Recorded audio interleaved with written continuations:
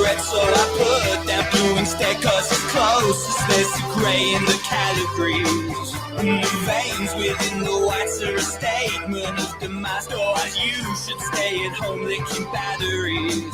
And I feel like I'm the host of a terrible game show, and the guests on today's quiz are celebrities. Won't respond to any clues, they're just cracking jokes for view. But the answers to these questions mean everything. I have a friend who need a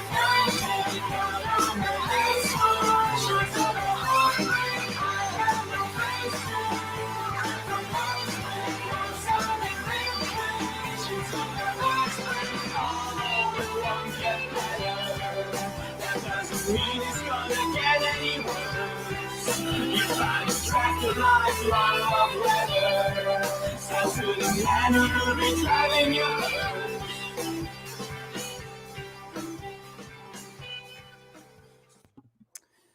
Hey everybody, welcome to the show. It's great to see you all here. We're trying something a little bit different tonight. We're going to take a healthy laugh and look at the mainstream and see the kind of comics are being offered to us on the shelves currently, and maybe pick out a few SJW moments to poke a little fun at. So I hope you all enjoy that, and I hope you're looking forward to the stream tonight. With that, we'll jump into the chat. We'll quickly say hello to who we have with us. Joining here tonight are Velned, asking us to have fun. I mean, maybe under duress. We'll see. No promises. And everybody loves Cthulhu. It's almost Christmas, so Well Read is bringing joy and cheer with the best comics for us to read over the holidays. Thank you. Everybody loves Cthulhu. And Christopher John is here and saying Merry Christmas, and Merry Christmas back to you, Christopher John. Thanks for joining us. With that, I'll drag in tonight's panel to scoff and mock at tonight's selections of the worst in comics, worst from the newsstand. And we'll get everybody's take on the books that we're discussing tonight. So please welcome Twitless. Hello. Crypto Comics. This is going to be a shit show. The shittiest. Oh, and we know it because we have with us Dark Gift, who's still currently muted. So, okay. Yeah. Full laundry. Sorry about that. He's with us in spirit. Is that better? Is the sound gone now? Oh, yeah. Yeah, that's awesome. Thanks a lot. Okay. No problem. Cool. Yeah. I just have to say, you and Crypto picked these books out, right? I didn't pick these books out. No, sir. I never heard of any of these books before today. Yeah, well, I hate you both. Yeah, I was going to say, bro, who's responsible for this? Let's start right now with how about from now on we can't do 3 of these books because the first one was tough, bro. First one, honestly, I wanted to give it up halfway through. What was the first one? What was it in order? I don't know. Whatever it was. It was Justice League Incarnate. I think was the first. Yeah. One. Oh, geez. Yeah, that was pretty bad. What an abortion. and it had that second story. I just wanted to put a bullet in my head. I couldn't even make it through the second story. The Wolverine one, bro. Oh my god. The Wolverine one honestly was the best out of the 3. It was. Oh my gosh! I think we're getting ahead of Let ourselves. Let me rephrase that. The Wolverine one could have been the best out of the 3. With Cannibal Hulk baby. I mean, come on. If any of that would have made any sense. If you've read Old Man Logan, that's actually what Old Man Logan is. Yeah. Well, how did I thought the Fear State book was actually okay-ish, but there was cringe moments in it. The parts with Batman and Scarecrow were all right, but everything else was hot garbage. It was I think we're probably getting a little ahead of ourselves. But well, it's informal. I should get a little head for reading all 3 of those comics, to be honest with you. Yeah, I mean, no, there's no format tonight. There's no structure. Just we're shooting the shit. We read 3 comic books. Audience, guess what they were? Yeah. Okay. Go read the thumbnail. Yeah. All right, so I guess we can start with the Batman book, since I'm the only one I guess confused by that. Let me quickly just bring that up. Talk amongst yourselves because I'm logged out of my Comixology for a second. Very good. You were totally prepared for a stream again. I see. Excellent. I'm gonna need a little weed for this, so give me a second. Fear State Omega, I believe, is this is Fear State Omega #1, which is. Did you read Fear State Alpha, Twitless? Yeah, I did not read Fear State at all. I don't really read mainstream comics much anymore. But what makes this comic, what actually bothers me about this book is that they launch an entire one-shot with a #1 to basically just do a epilogue. This is a coda. This is an epilogue to the Fear State storyline. And so what this should have been is this should have just been tacked on to the end because it doesn't offer new information. This isn't the start of a new miniseries? No, this is a one-shot epilogue. What? No, it's one of one. And then that's why at the very end of it, it says, go back to reading like Detective Comics, because that's where the actual story is. And that's why nothing really happens in the book. And that's why it's wrapping up a bunch of plot lines, because it's the end of an actual, event. So that's what actually bothers me about this book is not too much what happens in the book, but the fact that this book exists in the form that it exists. Because it kind of, it's indicative of trends in the comic book industry that I find to be very slimy, which is basically, we know that #1s sell. We know that implying that this is going to be its own thing sells. So even though this is just a wrap up epilogue to a story that we're, already done with, we're going to market it. This is just marketing. This is just a bunch of marketing gimmicks. And it really just shows what the current state of the industry is. And that would be a state of, would you say a state of desperation? I don't even know anymore. It really just is like, to me, why does this book exist in the form that it exists in? This could have been just something you tacked on to the end of the arc. Because that's what it is. It's just, hey, this is the wrap up for the Fear State arc, and we're, maybe we're giving you a little bit of breather until you move on to the next story. But then this should be part of that story. The fact that we're going to make you track down a #1 comic of that stands on its own. They did the same thing with I remember with Avengers versus X-Men. They did Avengers versus X-Men Consequences, and it was just a bunch of epilogue, and it didn't really do much. And it's just, it feels like empty filler. Well, But they're going to market it as if it's important and you need to buy it. Having said all that, sorry, go ahead, Doug. I was going to say Marvel is king of that. I mean, they did that. I mean, it was a little bit of a different circumstance, but they did it with the Star Wars comics. Everything they wanted to retcon out of their movies, they just put it into a comic book and made you go hunt down a comic book to understand a movie. It seems like that's what they're doing here. They're like, hey, hunt down this book so you could actually get the end story of the big event we just did. And you're right. Why isn't it part of the main story? Well, I mean, for me, reading through this, having said all that, it wasn't that the format it was presented in. It was that they did a story of first driving Miss Daisy with Scarecrow. And they're just sitting there having a conversation, and all the focus is on these crappy villains. I don't know what this thing is that I'm looking at. Are you talking about the Peacemaker? Yeah. Can I just clarify real quick? Well, Red, you actually did read the comics this week? Yeah, I do read the mainstream books we review, but I don't promise to always understand why. Them. There's no guarantee. So I kind of I liked how this book started. First off, another trend that we're seeing is the incapability of getting a single artist to finish a darn book. This book starts off with art by who starts off doing the art for this one? It is do you have to wait till a talented Hispanic gentleman, I believe. So it's James Tynion, and I've enjoyed James Tynion is the writer. He's the writer, yeah. And I've read some of his I think his New 52 Batman stuff. It was okay. Ricardo, he does Something is Killing the Children, which isn't bad actually. Was that Tynion as well? Okay, that was all right. At least it started out okay. Ricardo Federici starts off, and I'll even share. I can share screen as well. There's some actually really good art. I was pulled in by the strength of the art. For the beginning of this book, it felt like classic Batman. And it was and they're carting away Scarecrow, and this was a very classic Batman setup with a good art style. And I was like, you know what? Okay, comic, you got me. You got my attention. I'm okay to read this for a bit, and then it just. Oh no, I chose this book for a good reason.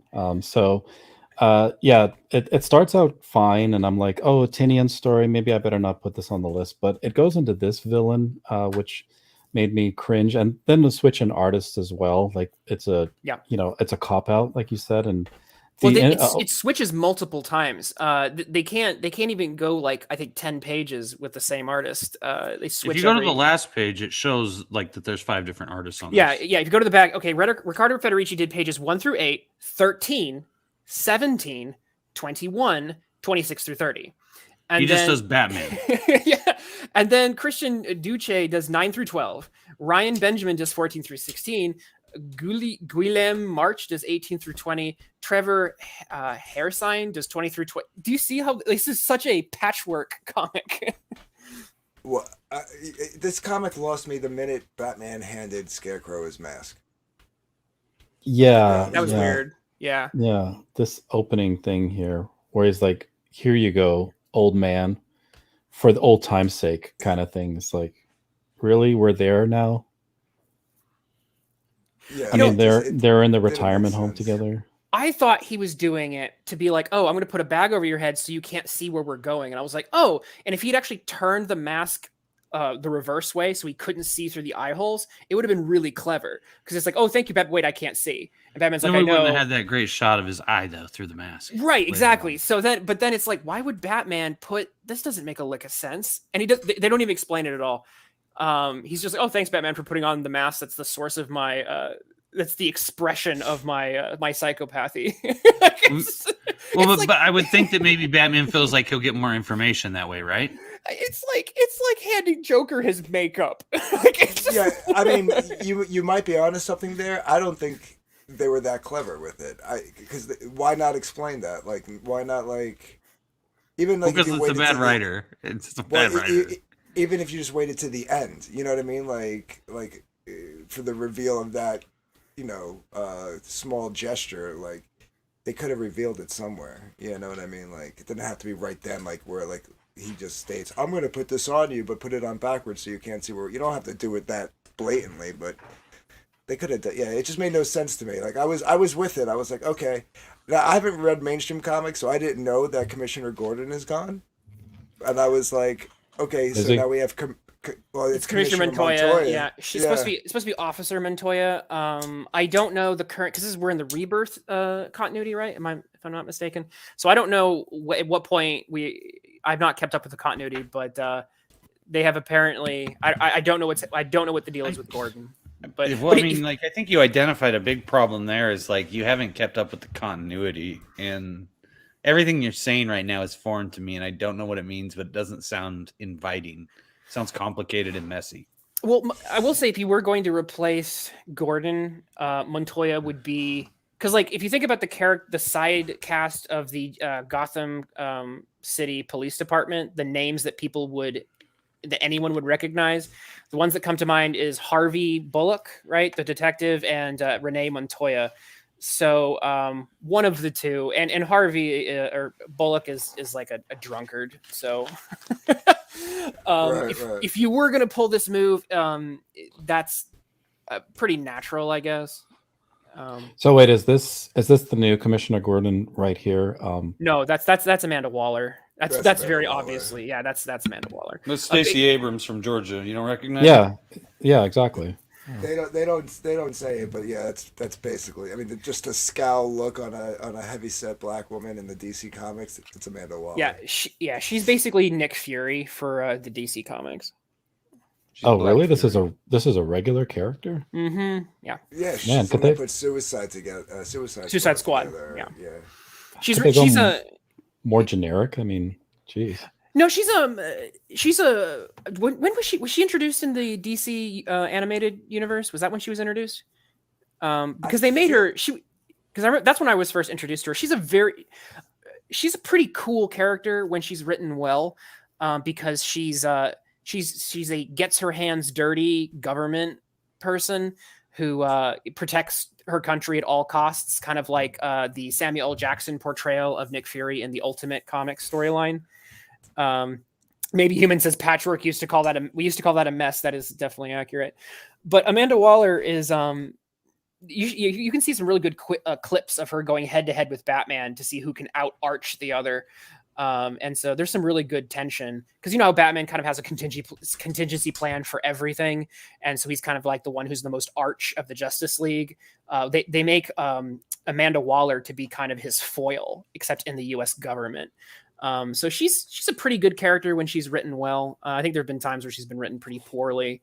But here it's just a cameo. She's just sitting there. Yeah, I'm sorry. I was just going to quickly comment on KSSS. I'm well read, but not always well understood. So that's the problem, I guess. Yeah. It's basically this is like a one panel thing just to throw her in there for some reason. Well, this is supposed to be a comic book that's, you know, I think you know, it's always funny to read the marketing pitches for these, but if you read the marketing pitch for, I got to read this, Fear State Omega, because the marketing pitch makes this sound, of course, like it's the most important comic book you're ever going to read. Where is it? Where's the tagline? Yeah, here we go. As Gotham's fear state comes to a close, a new day dawns on the city, one without Batman. But the Dark Knight's absence does not mean the city is without heroes. Join James Tynion IV and Riccardo Federici and like 4 other artists as they bring Fear State to its conclusion and introduce a new status quo that will reverberate throughout the DCU for years to come. He meant reverberate. Yeah. Oh, yeah, whatever. I can't English. I was trying to do a voice. That's what I'm going to put the excuse on. But no, it's crazy because this book is it's like none of the things it's marketing itself as. They're like, oh, you know, status quo that's going to change for years, and it's like, yeah, no, that's totally not true. James Tynion and Riccardo Federici, that's not true. There's like 4 other artists. Who are the new heroes they're talking about? Those are the characters we're being introduced to. It's all those new characters. I mean, these sexy people. I mean, I'm torn here. Do I approve of this or not? I really can't decide. Well, I mean, it's just Poison Ivy and Harley Quinn, you know. So yeah, you can get turned on by that if you want. I mean, is this something new? I didn't realize that they had relationships, lesbian relationships in the DC universe now. Oh yeah. No, yeah. I mean they've been a couple for a while now, right? No, okay. So I actually did a little looking into this because it's definitely something that's very new, and it's mostly in I think the Harley Quinn's book where they've established. It was like as late as 2015 when they finally established, oh, Harley Quinn and Poison Ivy are in a non-committal amorous relationship. Hot lesbian action. yeah. Like, what young man doesn't love this? What exactly is CG all about? You know what? I was should really be supporting pissed when this. I turned the page actually, and Catwoman didn't get in there and start going to work on him. Yeah. Is this what's going on in comics nowadays? I need What to get should back be into going the on in my house? local comic shop again. You know, like it's so funny because, you know, you could just boot up Netflix and just watch Orange is the New Black. I mean, you don't need comics for this. True. I guess. Yeah. Not that I've ever seen that show. I don't need comics like this. This was just so boring. This whole freaking run of comics was boring. It was disjointed the way they bounced like back and forth between the car ride and these little side. Well, I didn't know what the fuck was going on either because Well Red gives us an epilogue to some right, you know, 12-issue crossover I've never read. Yeah, we're reading the epilogue, so we're reading this completely out of order. I think the thing though that speaks of this book, the thing that really bugged me about it. Let me pull up the page. I think you had it. I hate those freckles on her face right there. In my defense, it did say issue 1 on the cover, so I can't be blamed for not knowing this was. No, and that's exactly the point I was making earlier, which is the fact that this book is speaks to the sleaziness of the industry, because it's like, oh, it's like a number 1. It's like, no, this is a one shot. It's the one shot. Exploitative of lesbians and angry fat black women. So Batman is asked, one of the things I really don't like about this book, even though it starts off kind of strong with the whole, like, you know, Batman with this very dark mood setting with him and Scarecrow talking, it eventually just becomes Batman talking about... Pictures. They're way better. They are, but this is an important shot because... No, it's not. This book sucked. Nothing in this book is important. Yeah, like from what I got, important in a bad way. Tell me if I'm wrong here, but from what I got from this, because I didn't read, the lead up. Neither did I. You seem to have an understanding of it better than I do, though. These guys were villains in that storyline, and now Batman's like, hey, they need a second chance. And that's the impression I got too, is that these seem like basically criminals, but Batman doesn't see them as a threat, and that he's going to basically leave them alone. And we even have the guy with his like freaking pimp cane, who these guys clearly look like they're not operating a chop shop, crime organization. But Batman's like, no, it's fine. Crime's fine. And this is the thing that, again, that I thought was important, but like I said, in a very bad way, is the fact that back in the day, right, when you think back to like classic Batman was the person who showed up and he beat up all of the criminals, right? Well, who are criminals? They are people who, stop me when this starts becoming relevant, right? Criminals are people who steal, loot, mob, who go on riots, who do things like anarchy. It's just starting to sound kind of relevant to our current political climate. And right. And this is the problem of Batman, right? Because Batman's supposed to swoop down at night and he's supposed to kick the crap out of the people who are stealing, looting, pillaging, and burning and rioting. And so that's who he fights, right? Well, in today's current climate, all looting, stealing, pillaging, burning, these things are called peaceful protests. And so the people who write Batman are really they're in a pickle, because if you portray Batman as swooping down and kicking the crap out of all the people who are on your political side, it sends a mixed message. So this book is basically Batman kind of stepping back and kind of reevaluating like what his role in the city is. And that's where the book really started to bother me, because it's like, oh, these criminals, oh, they deserve a second chance. And I kind of need to step back, but Gotham's still going to have its heroes. And then we get introduced to who those heroes are. And they're worthless, awful people that no one would ever want to read a comic about. Like that kid with the bat, that dude. Yeah, pull up the punks who were supposed to follow. I don't know. I'm just thinking like if he's in a pickle, I'd love to see her getting one too. I mean, can't we just talk about what the good things in this comic? Come on. I mean, look at how hot she. I like her freckles. What are you talking about? I turned myself into a pickle Batman. I'm Pickle Ivy. Yeah, this is great, Ivy. I'm digging it. All right, so we want to see the weirdo kid. Yeah, I really thought this was bizarre, like fanboy turned crime fighter. Like, I don't understand these villains. Am I just too old to understand comics anymore? That's the character with the bat is the hero. But he's like a negative vigilante hero. He's an anti-hero. He's like anarchy. Definitely. Yeah. He definitely represents more of that sort of like anti-hero side of things. Screw authority, man. And he's beating the crap out of like more Joker people. I mean, this reminds me of the kid. I don't know if you've ever seen this. There was actually a guy who dressed up in a superhero outfit and thought he could go beat up bad people on the street, and he got the shit kicked out of him, basically. Was Phoenix Jones or something? I don't remember, but I know this happened in real life, and I feel like this is almost like a reflection of that. There's somebody out there who's going to get this idea in their head. It's Phoenix Jones, yeah. He actually had a really cool super. If you're going to do this, he actually had a halfway decent superhero outfit. I'm not saying he did. It was a cool. I wasn't saying it was a good idea what he did, but if you look at I'll pull up Phoenix Jones. His outfit's ain't. I'll tell you what it is. What they're trying to do here to Batman is they're trying to absolutely destroy him, just like they're trying to take down America. Okay, that's the plan here. That's what they're trying to do at DC. I'm sick of seeing this devil worshiping shit with goddamn Batman. You don't do this to Batman. So it's not funny, Will Red. They're doing it. It's serious. They're turning the superheroes gay. They got goddamn Superman's son jacking off cocks in the back of a pizza parlor. So here's Phoenix. Goddamn devil worshiping sons of bitches. Here's Phoenix Jones, the man who aspired a million Twitlisses. That's the wrong. No, I got the money shot. You got the I'm not wearing hockey pants version. Oh, okay. There we go. This is selective editing. Clearly, this is what we're all going to have to look like in the future if George Soros has his way. The globalists. You got goddamn What was- Bruce Wayne's and goddamn George Soros in Gotham What- City what- now. What was his superhero name? It's Phoenix Jones, right? I mean, I think did he have Angry a superhero name? Black. Oh, Angry Flat Top. There goes our monetization. Yeah.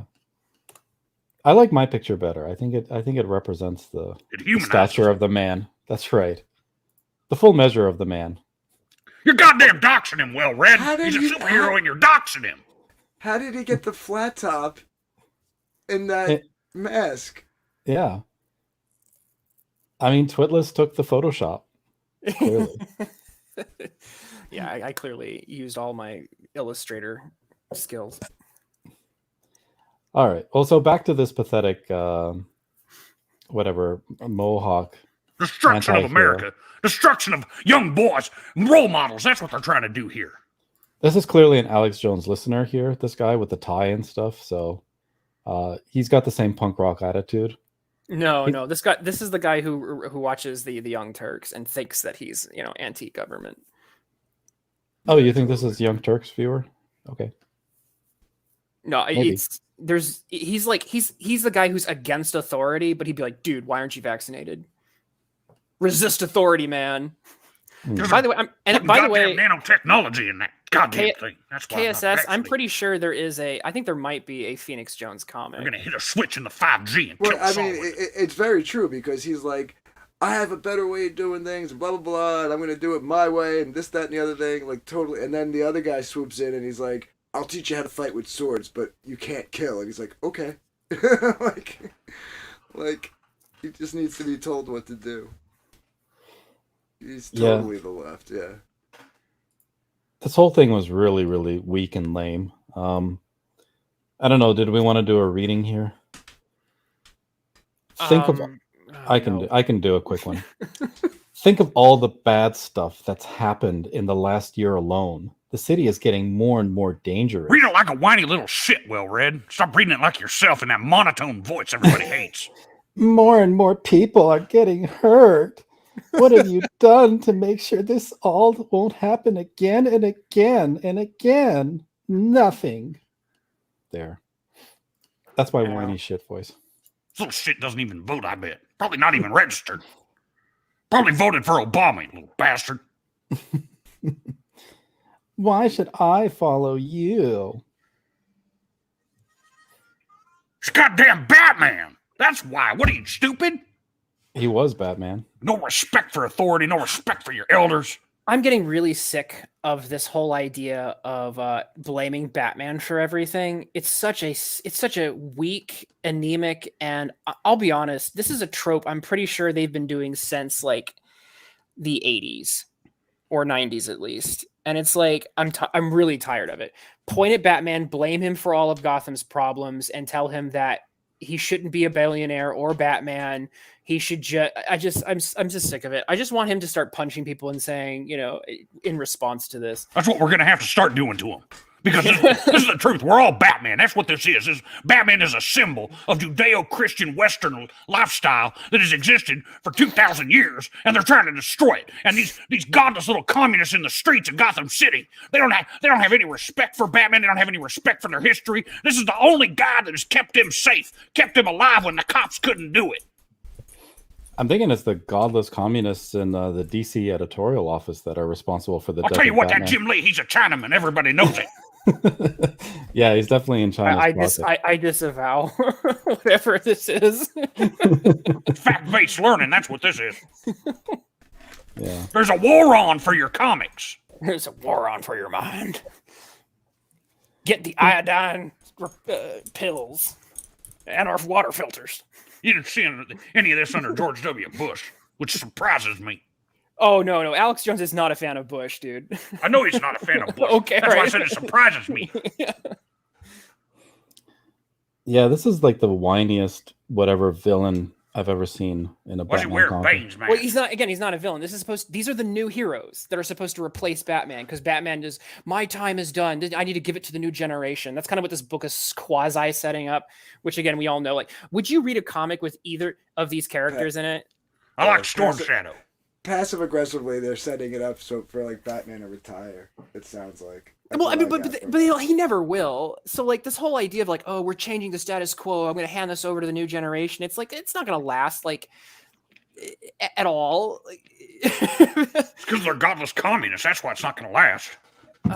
Where is it? There's some Homeless lines. people sitting in the streets of Gotham City. I can't live like this. Here we go. Here's some lines about Batman with his. I will say at the very least, it's not the Tom King weepiness, but he does do this whole like, here. Let me. We got to hear this line from you, Alex Jones. KSSS says, "Swear to me." Hold on, I'm changing my name. Anyway, I wanted to read this line here. Wait, are you trying to set me up to train with the guy who tried to kill me last year? Wow. Twitless? Yeah, Batman's so let's people can change. This is Batman talking about like, the future man. Look around you, Jonathan. The city shrugged off the fear state like it shrugged off the Joker war before it. There are scars, but the city is moving forward. There was a time I thought it could control Gotham, but I know Gotham can't be controlled. It doesn't need me to evolve. It doesn't need Scarecrow to evolve either. It's just going to keep evolving. Can you try to get down here? Can you get down into here, Twitless? Will that be all right? If I destroy my vocal cords. Give us your best Christian Bale Batman. Oh my gosh. Doesn't need me. I can't do it. I can't go that low. It doesn't need me to evolve. It's just going to keep evolving with or without us. I'm excited to see what tomorrow brings. I'm going to save everyone it is in my power to save. But that is all I can do, and that doesn't scare me, and neither do you. What a line. I love it. Yeah. So, like, I like the fact, because, like, Batman can be positive. He doesn't always have to be brooding. So the fact that he's actually being positive here, that doesn't bother me. I like birthday cakes.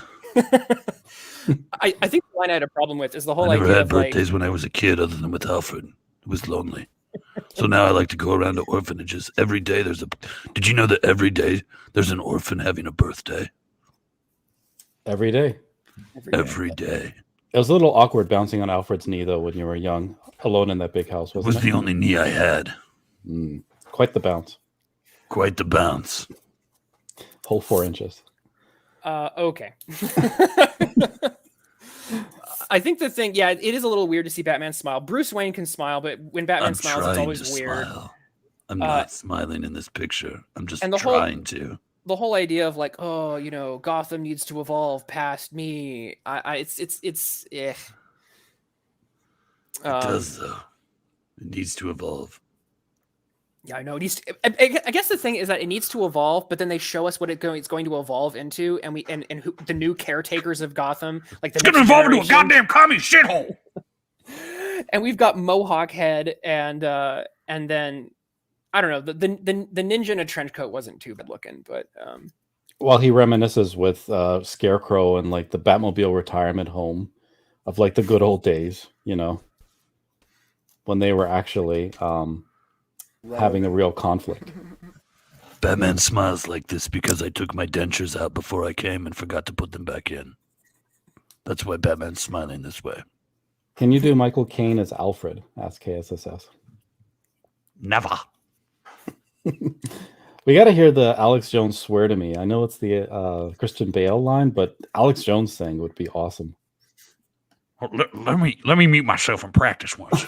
Okay, let's get a good "Swear to me." However he does it. What's the line that comes before it? What precedes it? What does the guy say? I swear. Swear to me! Is that too much? That was Maybe a little much. maybe a little at the tail, but it was epic. Yeah. So Batman Fierce. Swear to me, you goddamn communist! I'm trying it. I'm trying it out. Yeah, globalist. I tried on for size, I don't know. I'm not even a big fan of this artist. Like, I feel like it's This is a good spread. I feel like you've been talking about this goddamn comic for 35 minutes. Credit where it's due. This was a very good spread.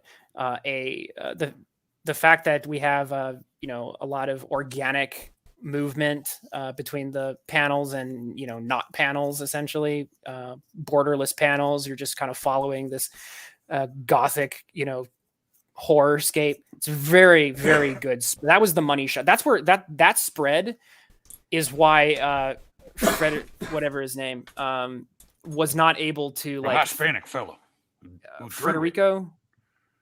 That's why he didn't finish the book and had to get a bunch of fill-ins. Federici. So this is why Federici did not finish the whole book. I can almost guarantee you. Look at how this art is. He definitely spent like all of his time on this money shot, and it's something to look at. And I like it too because it's always good when you can make a spread that's really artistic, very nice looking, but also, you know, tells, you know, accomplishes something in the narrative. I really like about the story, to be honest with you, Twitless, is what this is it's very evocative. Bruce Wayne representing with the light shining down on him from heaven. Very representative of everything good and right in the world, everything wonderful Judeo-Christian Western lifestyle. And here you have the goddamn devil-worshipping pedophiles behind him trying to get their hands in snicks. They got their literal claws. They're trying to grab into him. They're trying to grab into him and take him and pull him back to Epstein's Island. The psychic vampires are definitely at play. They're trying to dig his claw. They're trying to interdimensionally dig their claws into him.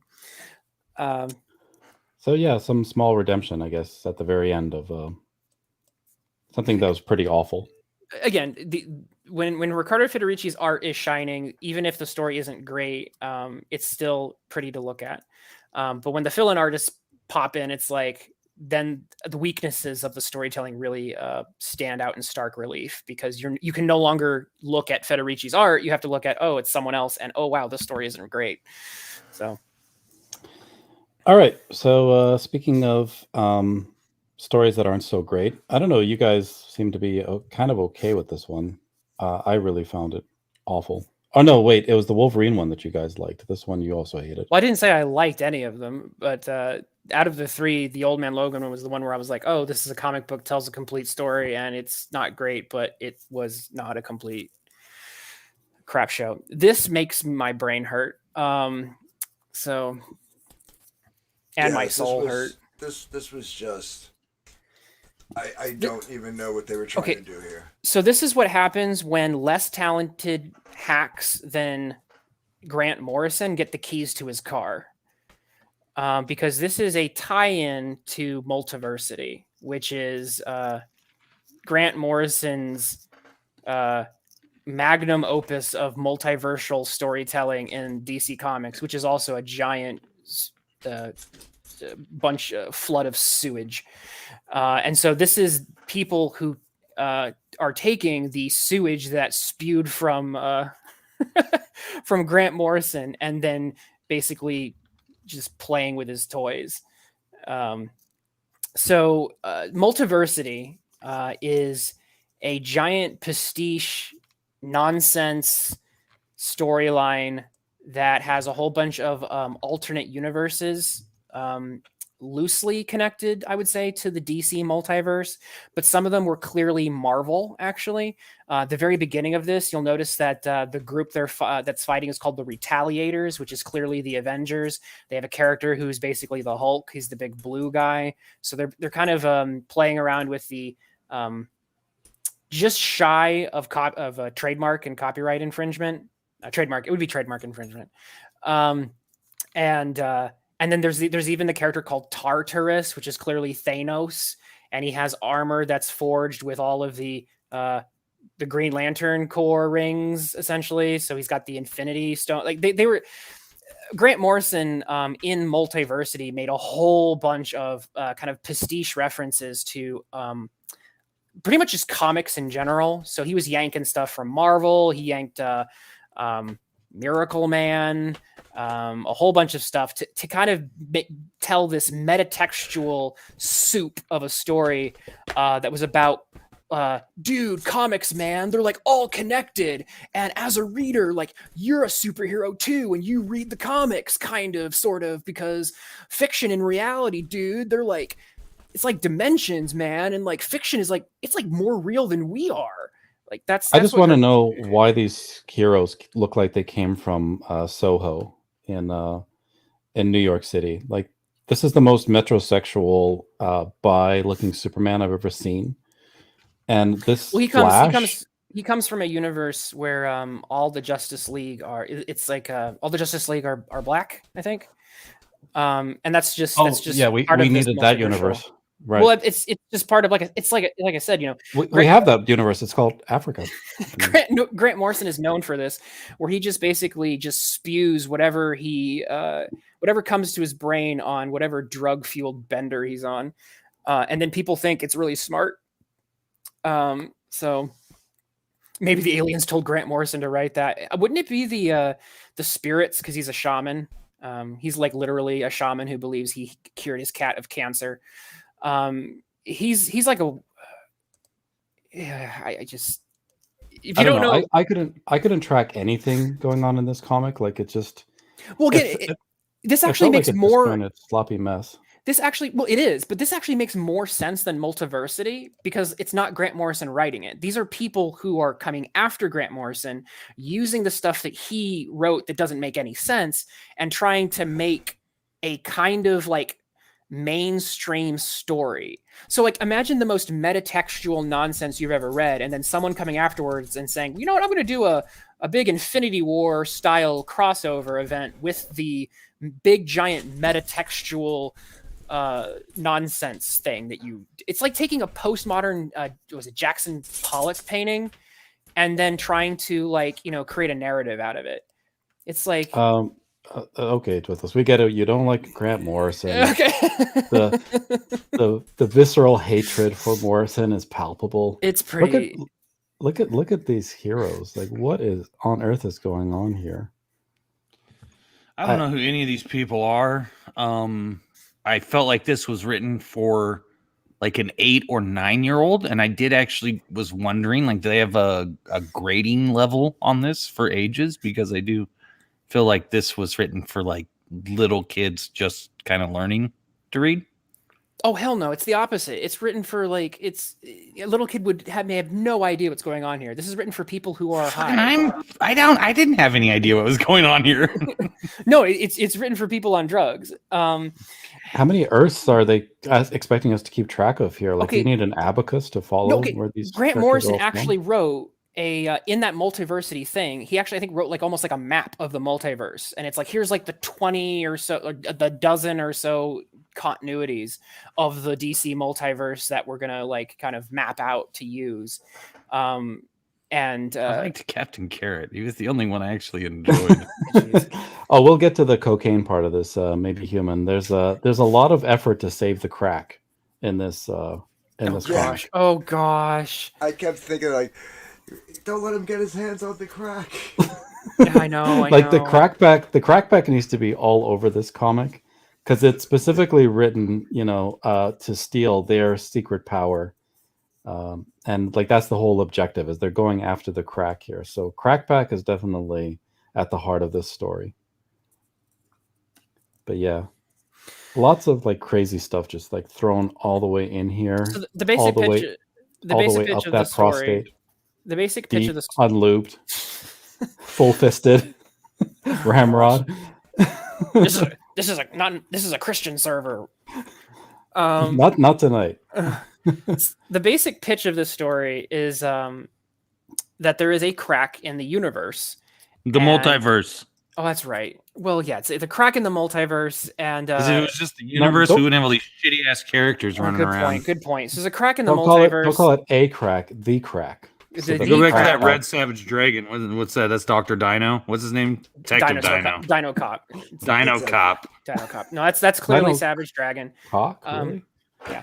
Well, this again in Multiversity, Grant Morrison was ripping off everybody. So like that's why you see these pastiches. Like when you go to the very beginning of it, you can see it's basically Captain America, the Hulk, and Iron Man is dead. So that's Dr. Multiverse who's holding Iron Man's, clearly like an homage to Iron Man's helmet.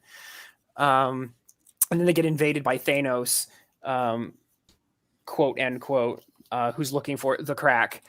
And Darkseid tracks the crack to this particular universe, and the rest of the the Multiversity crew essentially show up to try, because at the end of Multiversity they found the Justice League Incarnate, which is basically the Justice League but for the multiverse, dude. And so this Justice League of the multiverse is going to have to stop Darkseid from obtaining the crack, because if he obtains the crack, he'll get. It's a different Darkseid, right? No, I think this is supposed to be the mainstream Darkseid. I'm not positive on that.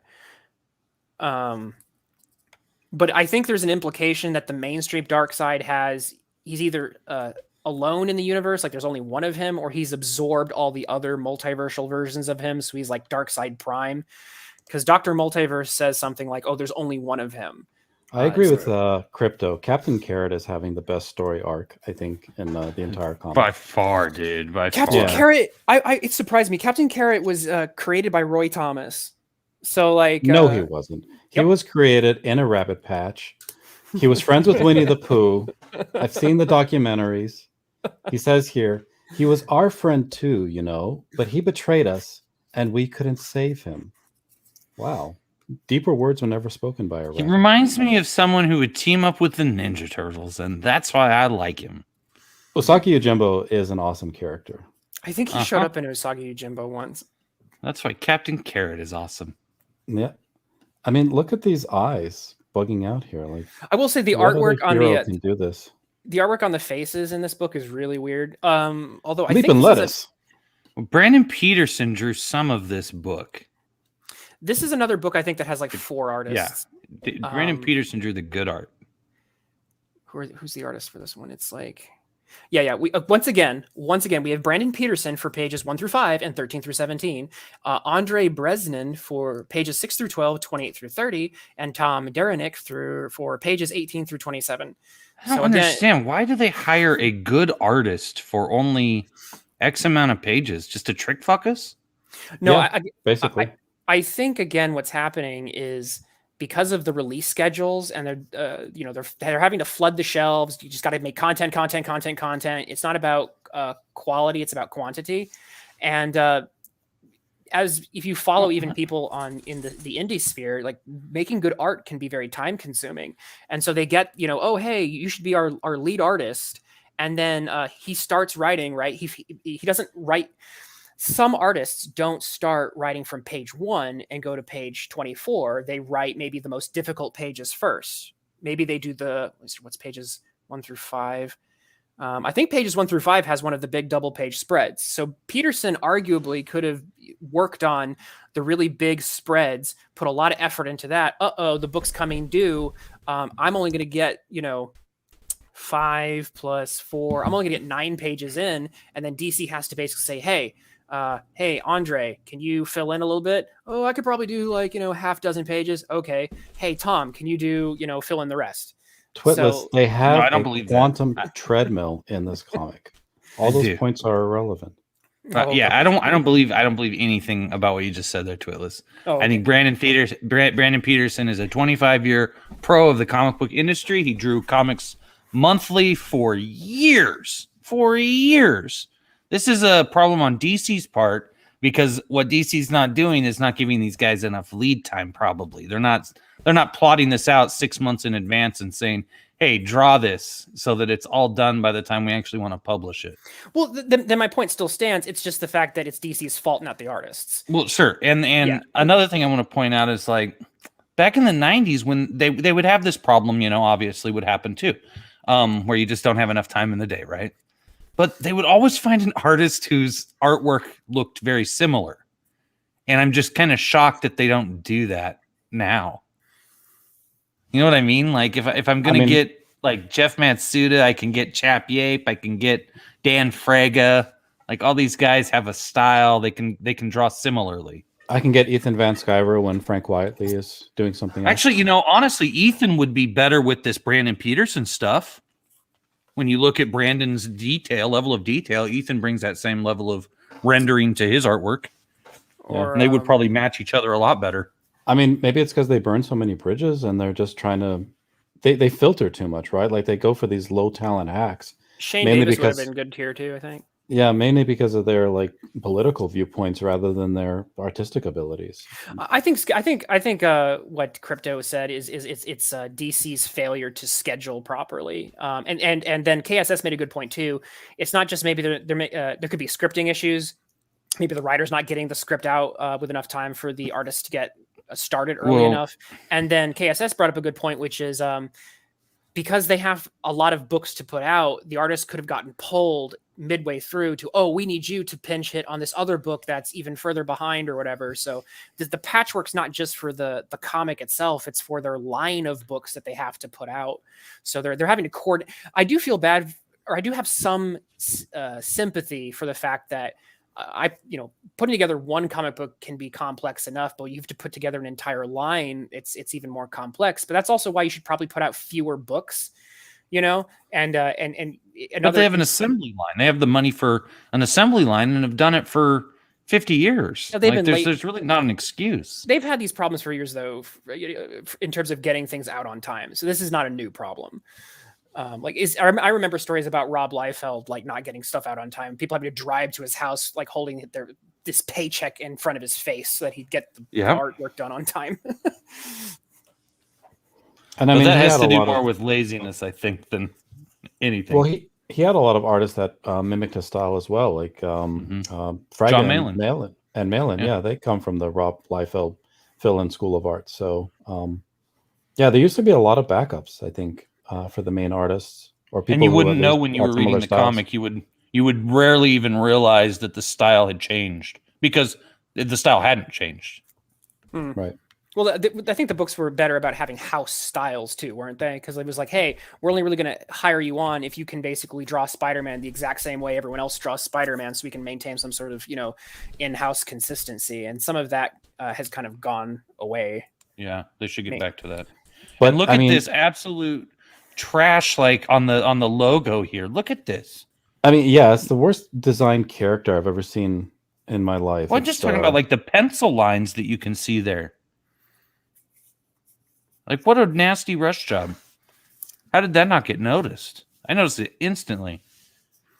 But all that matters. I think I see what you mean. Let me zoom in on that. I'd like to take a closer look at that. What really matters though is she's the real hero here, though. Okay, that scene was hilarious. Okay, it's so Darkseid is leaving to go like conquer the universe, and the grandfather box. Dr. Universe is holding a portal open. We only have seconds, and then at that exact moment, Flash takes that exact moment to basically do a self-pitying monologue. Exactly. She's like, I can't. And, I'm not ready for this. Wait, you scrolled it. No, the next. I don't think I can hold this much longer. Do your speed thing now. I can't control it. And here we go. Look at this monologue. You want to do this one, Twiddler? They literally have seconds. This is great. I can't do this because my voice is people will actually think I'm the character. I'm not ready for all this. A few years ago, I was just some kid in Central City, and now I'm rushing off into adventures in the multiverse. It's just too much. I'm terrified. If a hero so great as Barry Allen couldn't handle this, then who am I?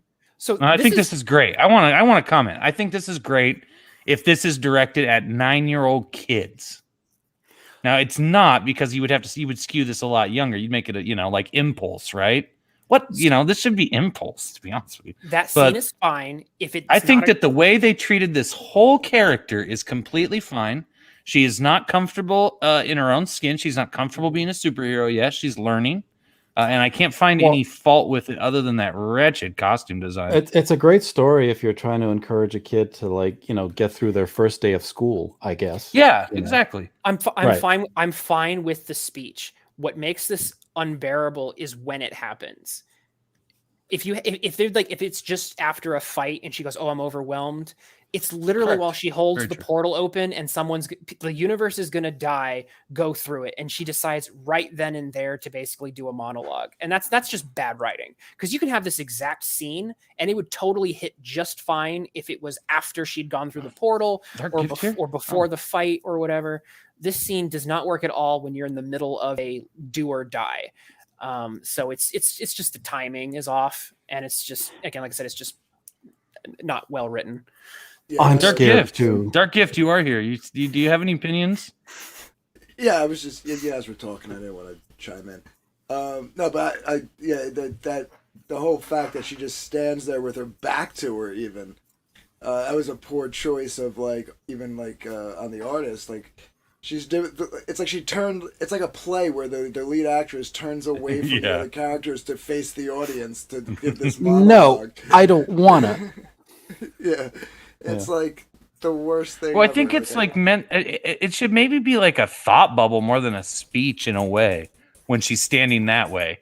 Like I do. Yeah, you're absolutely right. Like the way they drew it is not the right way at all. I'm scared. I think it too. is okay for it to be that time though, Twitless. I think it is an appropriate time for this person to question this anytime. Earth 8 is my world, but they all reject me here because I remind them of how small they really are in the grand scheme of things. When I look at you, the rest of the Justice League Incarnate, I see more than worlds. I see an infinite future. It's a future I want to help. You ask who you are? Well, when I look at you, I see energy that creates, that binds everything together. I see a real Flash and I see a real goddamn communist. hero. That's what I see. Damn it. Yeah. That's the line that got me. Real Flash. Going back to what Crypto's saying, that he disagrees that this is the right time to have it. Okay, I'll concede that it's the right time for her to maybe doubt herself and start babbling on. But this chick should have been like, all right, well, fuck you then, stay here and gone. Right? No, Like, that's not. No. She's giving her the reinforcement. If this was a comic in the 80s or 90s, or a movie or a TV show in the 80s or 90s, and this person was like, I can't, I'm too scared, and like they really only had seconds, the real hero would have been like, I'll come back for you then, and left. They wouldn't have given like a twice as long speech back. That's not fair because they never really have seconds because it's a story and like this is what happens in stories, right? Like here's a kid who's overwhelmed. She was just struggling. Listen, it doesn't matter. We gotta get through the portal. She was struggling to hold that portal open with two hands, and now she's like giving a speech back with one hand and like holding her hand out to the other. Like it's drawn very much for little kids. Yeah, dude, it's the worst. It's the worst. Like I think or SJWs. I mean, it's the drawing more than the writing, in my opinion.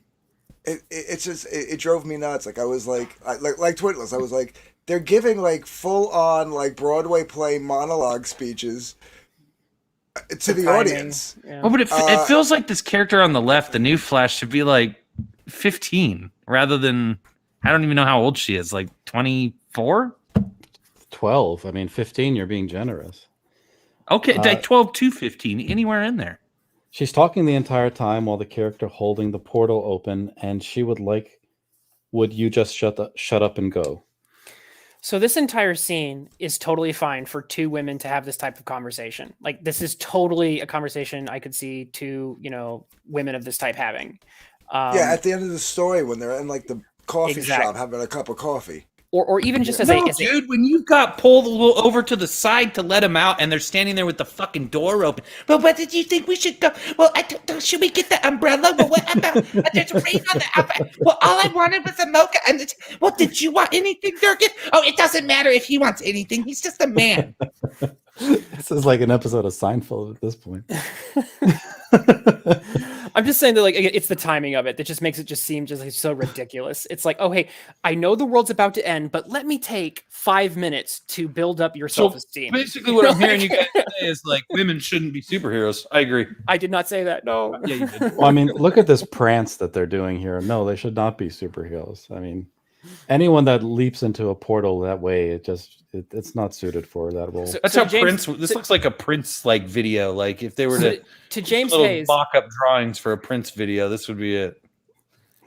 So to James Hayes, I'm not saying it's a conversation they should have. It's a conversation I could see two people having, depending on what their characters were. If they're 12 and it's their first day of school, in a new town. Isn't she just like the new Flash? So if you were a superhero and you were like, a feminist, I could totally see you giving that speech.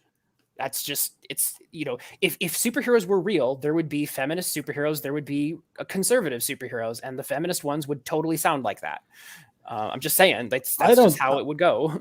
I don't know. Like, we're getting into like speculative territory here. I don't think there would be any feminist superheroes.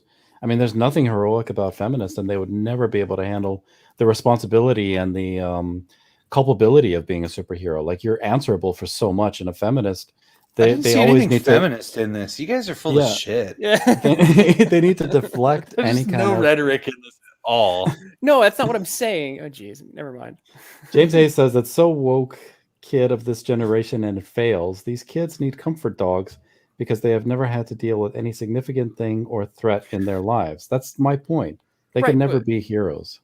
But if superpowers were something that existed in the world, they would be sitting at home and doing superpowered, tweets and virtue signaling, at the speed of light. Basically, there would be totally, and I'm not saying they would be my favorite superhero, but if superpowers were real, there would be a superpowered Antifa person, and we would all hate, a bunch of us would hate him or her. And they would still get knocked out by some whatever anti-protester. So I'm just saying, so like, it's not like this is completely unrealistic dialogue. It's just the timing of it is just really, really silly and dumb.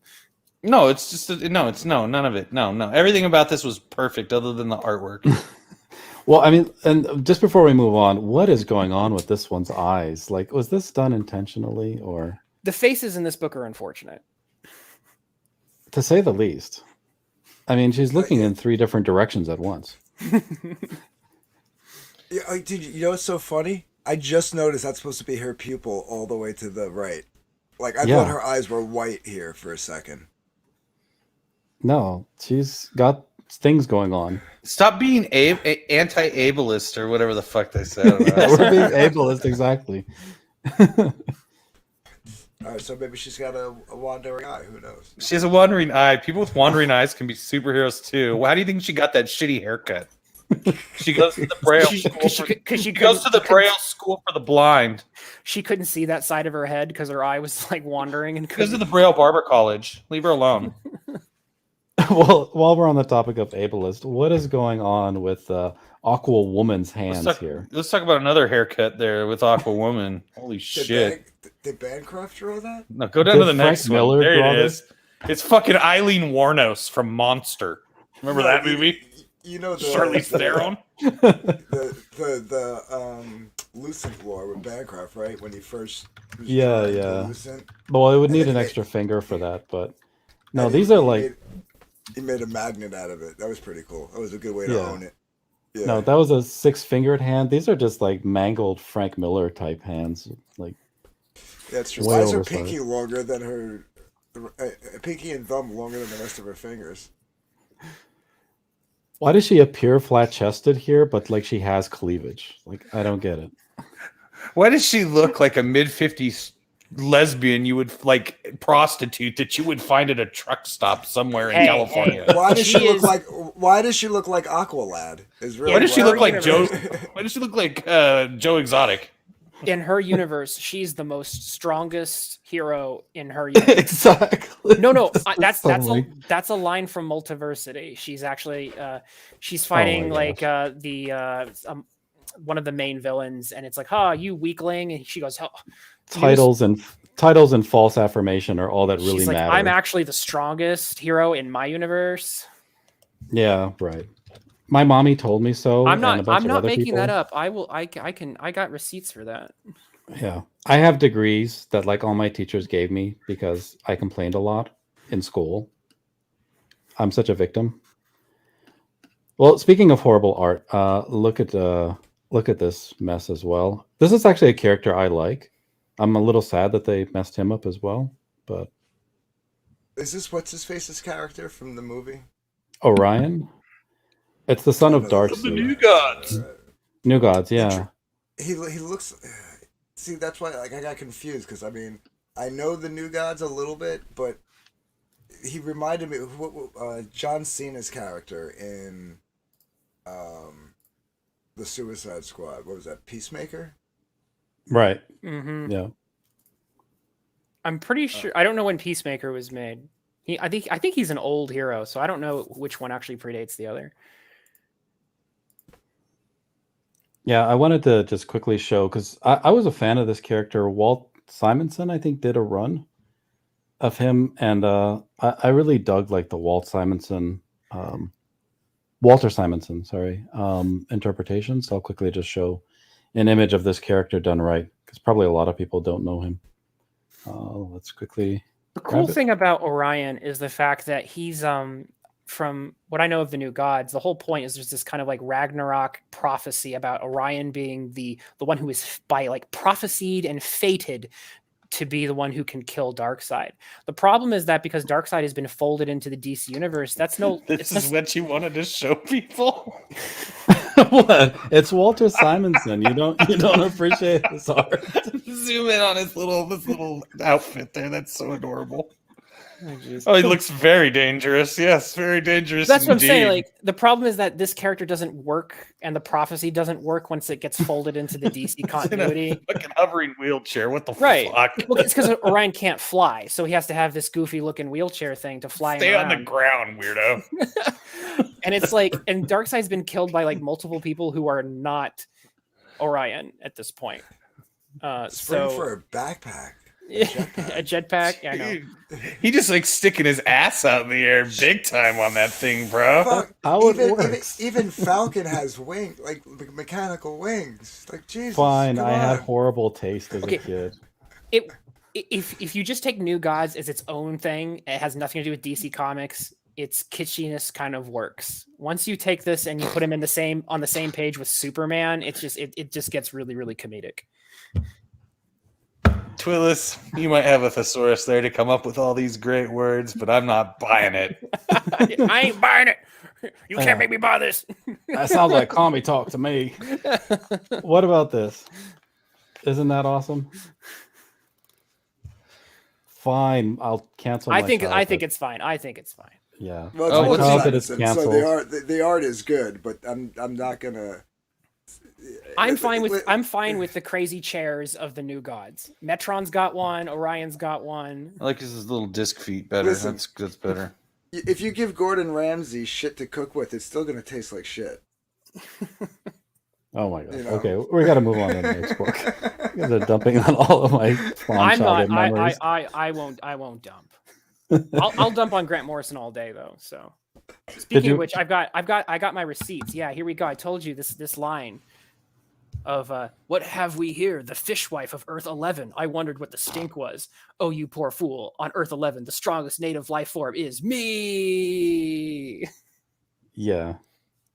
Well, I mean, it's good she told us. Otherwise, we would have never known. Don't ask me what the Rubik's Cube means. I think it's some reference to the pages So of the it's- comic book. That's gotta be Nasser. I just like seeing Captain Carrot getting so much screen time like that. No, this is a free plug to Nasser on the left, and then the monkey there on the right. That's a plug for By Mike the way, Miller. that's Captain Carrot who got decapitated. Oh, I knew there was believe this bunny shit. hate. He's okay Well- though. He gets his head back. This book makes no sense. And it's like the dumbest thing I've ever read. Bunny hate is rampant. Just saying, it's a disease. We have to combat it.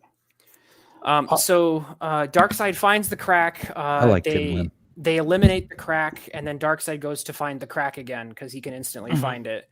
So they go to chase him so that he doesn't get his hands on the crack. That's the end of. This is all a goddamn synonym for goddamn homosexuality. That's what they're looking for. They're looking for the crack. You boys know what that means. I thought it meant grab them by the pussy, but I mean, maybe that's just me. Okay, so I think the last book we're doing is Wastelanders Wolverine, which I have no idea why you guys think there's anything redeeming Why about are all those this book. people's faces Well, in the did clouds? you ever read- None of them are in the book. Did you read? It- Well, it- they're all dead. It was pretty. It was It's pretty. just Lone Wolf and Cub. It was pretty true with the head nods to the original Old Man Logan. It's a Why sequel. is- this why is is a it- direct sequel in a sense. Why is it written by the Lion King's father, by the way? Or drawn by Simba? That's why their heads are in the clouds, so they can go Simba. Mustafa's doing the art. So. This is CNN. You are the one true king. Well, I mean, the art is bad to me, but I mean, I like Walter Simonson, so what do I know? No, But Walter Bruce Simonson is a little good. more emotional That's about why I compared him to Gordon Ramsay. He just had shit to work with on that series. That's all I'm saying. Well, wait till you see this. The new gods are not fecal matter. Get Okay, let's focus on Asian. I was talking about Hulk the here. costume design. oh, okay. Why does Bruce Banner have an orphaned Asian son? Okay, in all this right. So book? you gotta understand where the end of Old Man Logan ended things in order for this to make sense. So Dark If, do you want to have you read Old Man Logan? Do you want to recap the end of that? It's been a while, but yeah. So basically, at the end of Old Man Logan, Wolverine goes on a killing spree and basically mutilates the whole Hulk family, but except for this baby. So and the Hulk family is a bunch of basically Bruce Banner has Cannibals. Bruce Banner has degenerated and become a bunch of redneck inbred cannibals. So that's why this you see some If of the things only you they see could in this drown book. it. So Old Man Logan basically takes off with the only remaining survivor of the inbred redneck Hulk family. Yeah, after he kills them all, right? Like, Yeah, well, it's what because the F? they killed his wife. They killed Logan's wife. He was like, again, stop me if you've heard this before. Wolverine decides to put away his claws and live a peaceful life and have a wife and have a family. And then, just when I think I'm done, I'm back in the game again because the Hulk comes in and kills his family. I don't know. I mean, That's Old Man blah, Logan. That's yawn. that's the continuity that led up to this sequel, essentially. Hmm. So, like, if you don't like the book, I'm just saying that, like, it's not as much the fault of this story because it has to work with what the end of Old Man Logan was. So that's why we're seeing what we're seeing here. Yeah, that's this recap. I mean, isn't this initial setup completely lame? Also, he kills all the X-Men because he thought they were somebody else. Mm-hmm. I mean, is his power really that unbound? Like he can just slaughter anybody at any time? Well, it depends on who's in the X-Men. Yeah. But especially it's Scott, because he's a little fruit booty. I mean, first he slays his woman, and then he slays him. I mean, that's right. I right. slayed her poontang good. Well, this is so the recap here is like all right. So it recaps what you don't see in Old Man Logan, what leads up to Old Man Logan. So that's what you're seeing here. All the villains band together and take out most of the heroes. Right. And then they're recapping Old Man Logan with him getting his family killed and then going and killing Banner's family. So yeah, it's two recaps. Dargif, do you remember that inbred redneck family? Didn't Hulk start that family with She-Hulk?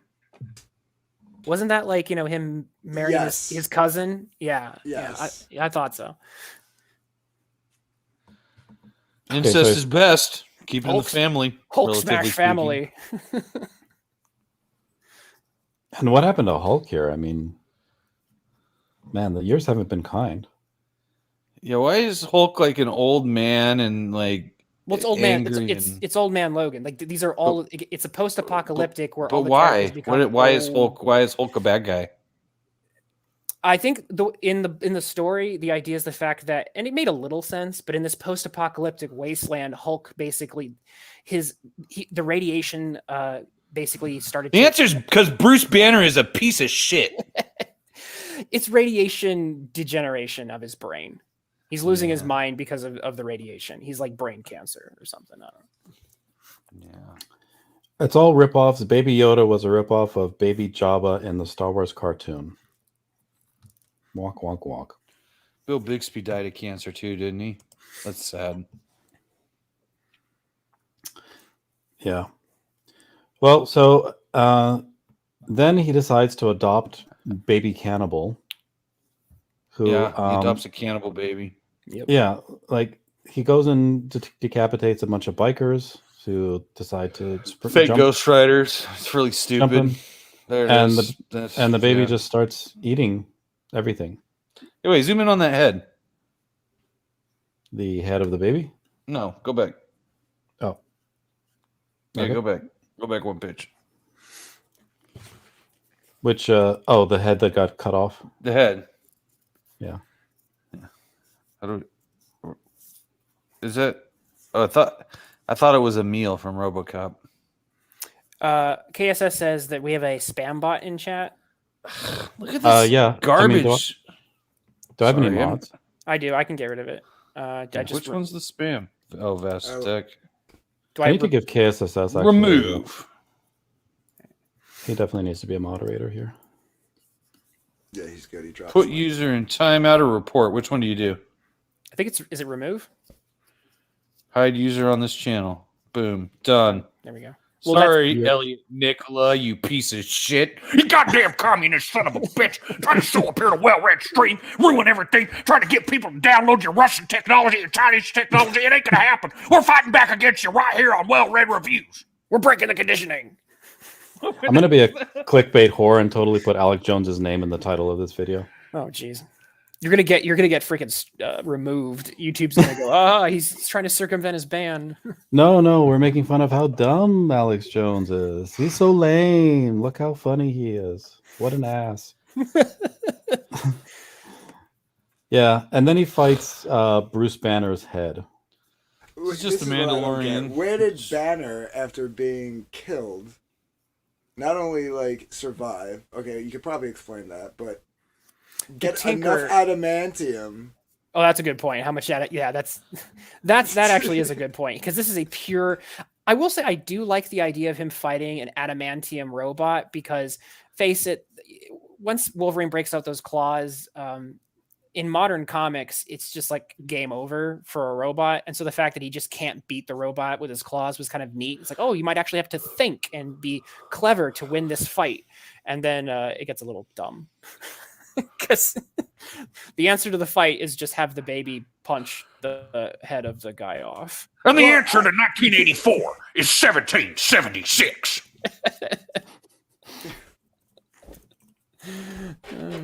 Yeah, that's an awful lot of adamantium to throw together into a suit run by like quasi Stark technology, all in the middle of the wasteland. Cheap Chinese adamantium, no doubt. That is actually an excellent point. Yeah, where did he get the ability to forge adamantium when he's like a redneck hillbilly in the backwoods here? Because that's the whole setting of this comic is just like everyone's just post-apocalyptic. Well, and he's a head. Like, how did he get his own head in there? I don't get it. The Tinker helped him. Oh, I feel like there's backstory here that I don't really want to know. He picked the three worst comics, dude. This is just Lone Wolf and Cub, dude. That's all this is. It's bullshit. I mean, it's clever. It's a clever idea, but yeah, this scene was really dumb. The baby just like hulks out, and then like fat little cannibal has daddy issues. Like, yeah, it's dumb.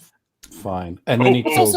It's also like he one shots the robot, and it's just like, let me introduce this like unstoppable robot, and then have it get one shot by a this is the money shot in terms of being stupid. This is one of those like look at the little limp wrist. I was just gonna say that, like, look how he's punching. He's like you would break your wrist. Daddy, no. By money shot, I mean bankrupt money shot. I mean, has anybody studied like boxing or martial arts or anything? Because I studied martial arts, and yeah, you would break your wrist. This is how guys in Portland hit people, right? Like that. Yeah, exactly. That's funny. This is how the real men in Antifa throw punches. You know what, Crypto? The way he's saying "daddy" too, like that's exactly what someone in Portland. That's true. This is him. This is him imagining. This is him working out his daddy issues. Like metaphorically, he's a baby, and he's like, "Daddy, why did you leave me?" No. Well, I get what they were trying to do here, but it's still dumb. But like, he starts yelling "Daddy," and just like Wolverine, you as the reader are supposed to think he's gonna go and protect his father, Bruce Banner. No, I didn't buy that for a second. I knew it was gonna happen immediately. But he cracks this guy, and like I said, it's still stupid. And he calls Wolverine daddy. I'm with Crypto. This is a guy from Portland working out his daddy issues.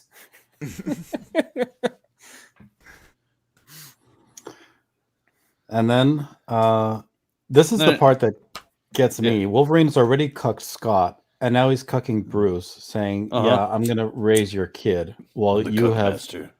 Yeah. Well, you have roots from a tree growing into your skull. Actually, I cucked 17 other people, but I had Professor X erase their memory. Like, how does Logan know that his head is gonna live forever? Like, why is his head living forever? Because Wolverine lives forever. I don't know. He's got the Like, is that adamantium helmet? juice in Is him. that helmet keeping him alive? Can the Hulk? The can writer. The Hulk Oh, you know what? You know what's weird? Okay, so I looked into the guy who wrote this book, and I believe it's Stephen DeKnight. And if you look up, He's Stephen the DeKnight, showrunner for Daredevil, the Netflix series. yes, but like his credits are all television. Like I think this might be, I don't know if it's his first comic credit, but it's definitely one of his first, I would imagine. So like this is a guy who's used to just making television shows. This is not necessarily a comic book guy. So I think that's an important thing to highlight. This is not your typical comic book writer. This is a guy who's like, oh, I do films and television, and then it's like, oh, dude, I could totally do a comic. And then of course Marvel's just like, here. Hold on. Now, Larry Patrick Higgins from Niobe Comics brings up something in the chat. He says Wolverine regenerated once from a single cell. So now let me ask you this question though. Haven't we all? Wait. If I drew and quartered like Wolverine, like let's say we just cut him right in half, would he regenerate as two Wolverines? I would assume the side with the heart would probably regenerate. But he regenerated from a single cell. I mean, we all did that they as fetuses. Yeah, I hate that they've listen, done this to Wolverine. Wolverine used to have an accelerated healing factor, but it used to be a plot point that you could kill him if you overwhelmed him with enough damage. And they've completely overwritten that at this point so that he can recover from cellular disintegration. Right. And well, at that point there's no tension for the character anymore. My answer to that is that was a stretch to begin with. And can the Hulk do the same thing? Like, has it been established that the Hulk has like the science here. The science here is that Wolverine is a walking stem cell, essentially, and that's the reason why he's able to like regenerate into anything, because he's able to mutate his basic cells into any other kind of cell that he needs. So he could be a fetus again, I guess, and regrow into an embryo, right? What I'm trying to say is Stephen DeKnight did not think this concept out. He just thought this was cool because like that's what I would imagine a television writer would do. Yeah, I guess you're right. This is not someone who's thinking about every single comic book implication on canon. He's like, oh, this is a really cool scene. Let me do it. Oh, look, see, it's like a revenge thing. Like he thought through this scene, though. That's as far as he's thinking. Sorry, Dark Kid, for stepping all over you. No, it's all right. The line would have been better if you scroll back down. I was going to read the whole thing because like this is the one thing that he put a lot of thought into. After he says through here, I'll tell you what I would have wrote. Okay, you could. Okay, let me do the whole thing. You ain't gonna do nothing but suck dirt. No, let Crypto do this. Is this supposed to be Wolverine? Well read. This well read. Yeah. You do the Wolverine. You ain't gonna do nothing but suck dirt, bub. And after I'm done shoveling it, I'm gonna plant a tree over that big green ugly head of yours. Oh, sorry, I'm on the wrong. There we go. And it's gonna send roots into your skull, slow and painful. Then one day, years from now, I'm gonna come back through here. I'm gonna piss all over that grave, and then I'm gonna have sex with a beautiful woman you used to have sex with, but you don't have sex with anymore because you're dead. It's your At least they didn't. And then I'm gonna sit under the shade of that tree. I would have totally been like, I'll come back and take a piss on that tree. Yeah, that's what I would have wrote. Well, I like how that's what he's saying here. He's going to take a dump there in the tree, basically. And sit under the shade of that tree with my little green baby. Oh, jeez. Crypto added a bub in a very natural spot that's missing from this writing. You're right, bub. That's because I know Wolverine better than anyone else who's ever written him. Well, better than Stephen DeKnight, apparently. Definitely better than Stephen DeKnight. More like Get in my face, Stephen, and you're going to be denied. Stephen DeKnight, more like Stephen Goodnight. Wolverine is gay now. Yo, fuck that shit. Ain't no one care about him smashing Cyclops. What? At least he's not black. Dude, wait, I what? gotta give TJ credit. TJ came on and sang Rudolph the Red-Nosed Reindeer last night on Open Mic. I gotta hear that. That's amazing. All right. Well, so he's gonna have sex with Bruce Banner's fully grown orphan child. I'm gonna have sex with She-Hulk, and we're gonna make another little green baby kid, but it's gonna be my kid. And then I'm gonna reject your kid. I'm gonna raise him to be a little fucking piece of shit who hates me. And then he's gonna grow up and he's gonna kill me, and we're gonna regret the time he punched your head off. I don't think She-Hulk is the mother of that kid, though. Twitless, do you remember? I think She-Hulk is the mother of the older sons, but with my son by my side. I think isn't his daughter the mother of that baby? I did not. I don't remember. I did not track the. I don't remember recall off the top of my head. God, dude, this is just like reminds me of like the first half of Toxic Avenger Part 2. I think it's like the hills have eyes, essentially, with like the Hulk is the mutants. I think the Hulk is Toxie. I feel like it was either whoever wrote Old Man Logan either liked The Hills Have Eyes or liked that episode of X-Files that doesn't get aired anymore. Or maybe he just likes interracial families. Yeah. The one with the mother on the car. They slid under the bed and they would just pull her out and fuck her. That's a good episode, yeah.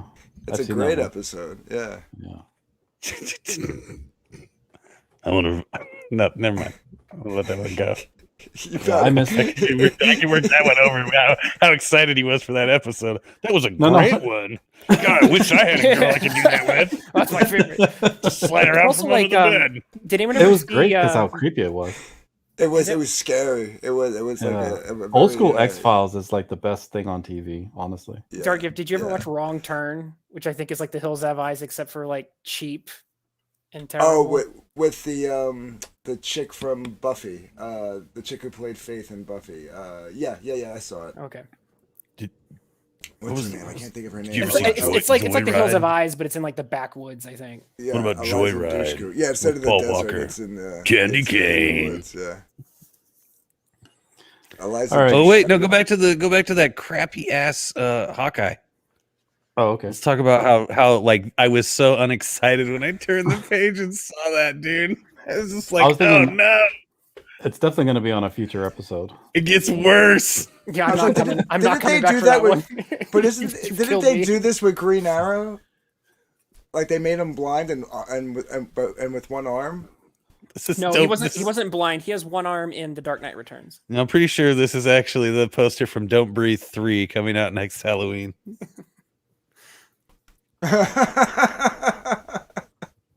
Yeah, there's nothing about this that like screams Hawkeye to me. Makes me want to watch this in any way.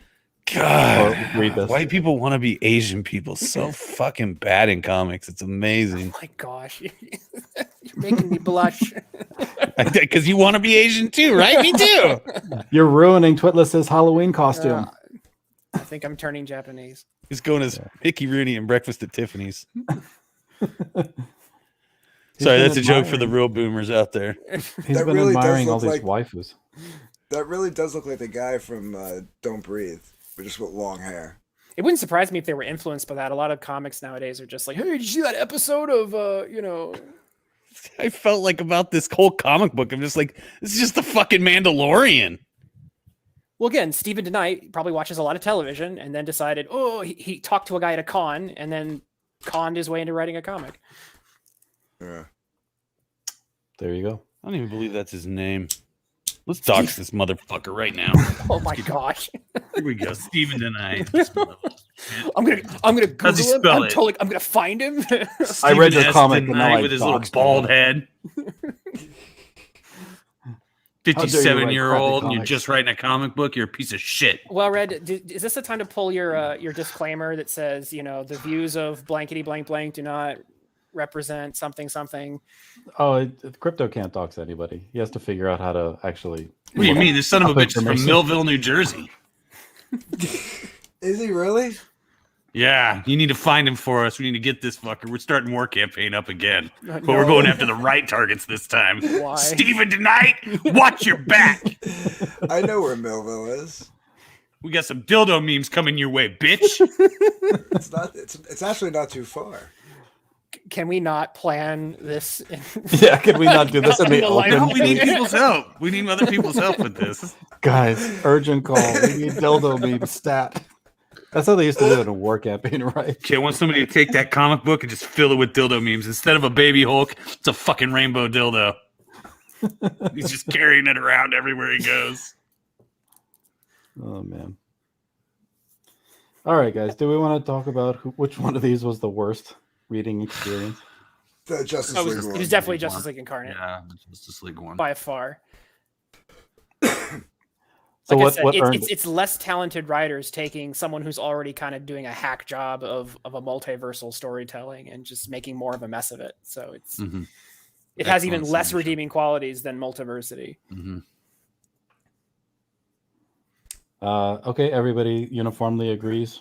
Yeah, Justice the League was Justice biggest League is load of a crap. boil that's like been rubbing a boil on your chode that's been rubbing together for like 3 days, and so it's sore.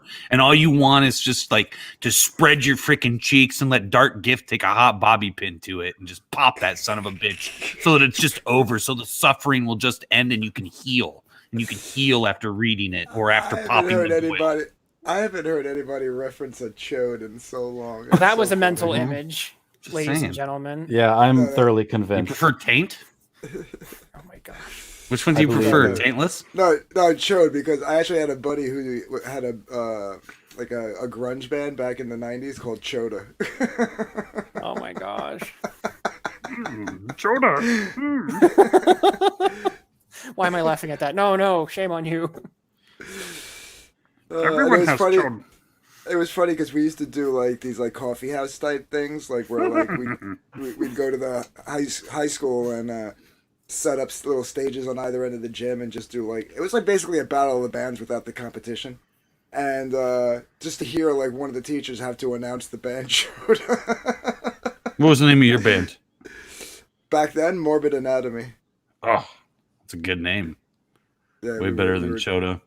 We were a death metal band, and we actually went into the library and like pulled out a medical dictionary and picked the grossest sounding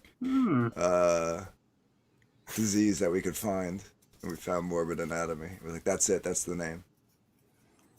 I found a video of a chode on Twitter.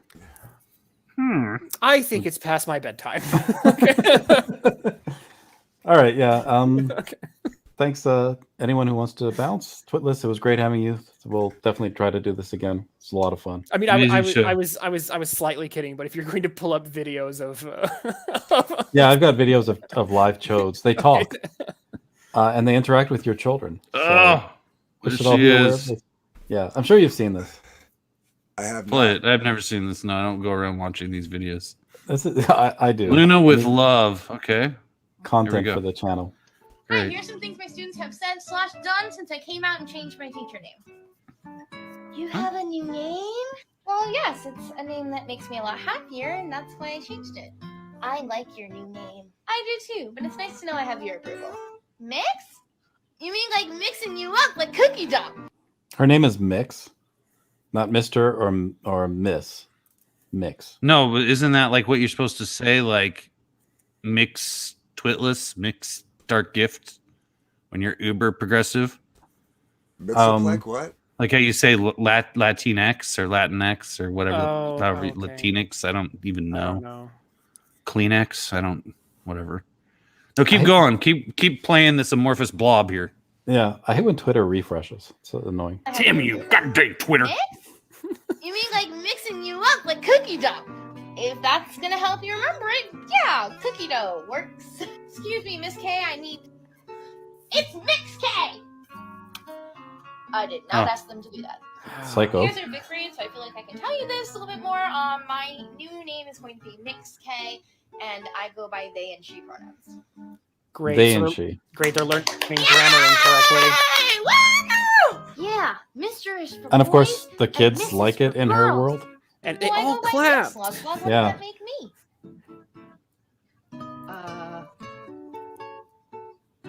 Small child blue screen. Yeah, my work here is done. By the Yeah. way, Hi, Mix K. good Can luck I if you talk have to kids who are in the public school system trying to learn how to keep their pronouns consistent, like in usage, like actual in sentences. Because like grammatically speaking, like pronoun usage in grammar is going to drastically shift probably in the next. You know, it's decade sad to though, accommodate this really. nonsense.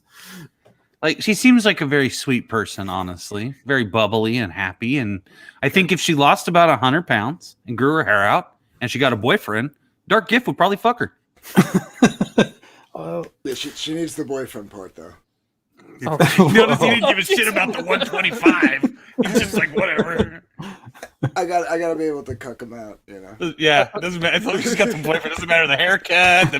Yeah, he'll call her Mix fucking John if she wants. I mean, if Testify is correct, she wouldn't even have to lose the weight. Correct, yeah. Testify's the one with the fetish on that. Oh, okay. But like, I agree with you, Crypto. Like 20 years ago, when there wasn't all of this messaging floating out there to, you know, stupefy these kinds of people. Yeah, she would have been a great teacher, actually. I think. Sure. It's just she's been conditioned. So, and now her goal is to like confuse her students with pronouns. Because she's confused. Yeah, There's this her great job here quote is from dumb. there's a great quote from one of the later seasons of Archer, and it's like you've been given. It's basically this idea that you've been given an excuse to become your worst self. And that's the other thing that I think it's not just the conditioning. It's the fact that some of these new ideologies, they give you an excuse to not ever improve yourself, but they give you an excuse to embrace as good your worst impulses.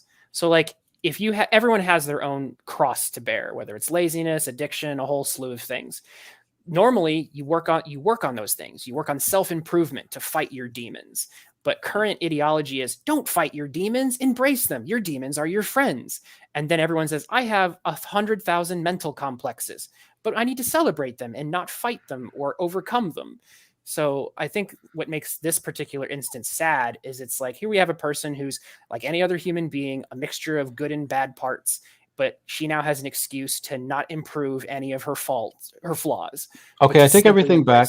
I think we're all wrong. There's a huge knife slash going across her door here. I don't know if that comes up in the video.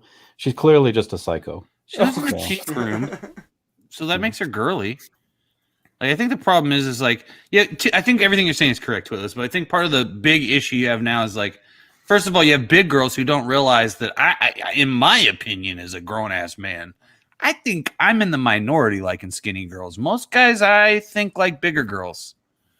And but they've already got like that tough road because skinny girls treat them like shit, right? And they feel self-conscious.